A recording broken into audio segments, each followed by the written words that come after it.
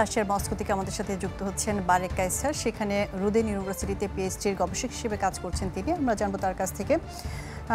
জনাব রুদেন, জনাব বারেক কায়সার, যে বিষয়টি নিয়ে জানতে চাচ্ছিলাম যে রাশিয়ায় একই দিনে একাধিকবার একই জায়গাতে হামলা হয়েছে এবং গত 10 বছরে একই স্থানে কিন্তু যেমনটি প্রতিবেদনে দেখছিলাম যে আরও কয়েকবার হামলা হয়েছে।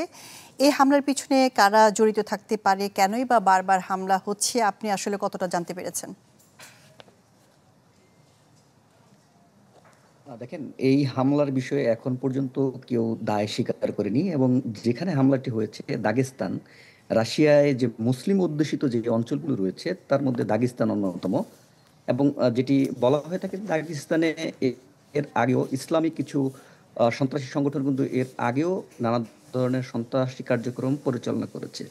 তবে সম্প্রতি গত 3 মাস আগে রাশিয়ার মস্কোতে যে সন্ত্রাসী হামলাটা হয়েছে, সেই হামলার পরে যদিও পশ্চিমা গণমাধ্যমগুলো বলে আসছিল যে এটি আইএস সংগঠিত করেছে, তবে প্রথম থেকেই রাশিয়া সেটি নাকচ করে দিয়েছে এবং পরবর্তীতেও তারা তাদের সেই বক্তব্যে আসলে অটল ছিল। এবং বলা যায় যে আইএস সেই ঘটনার সাথে ছিল না, এটি অনেকটা নিশ্চিতের সঙ্গে আসলে রাশিয়া বলছে।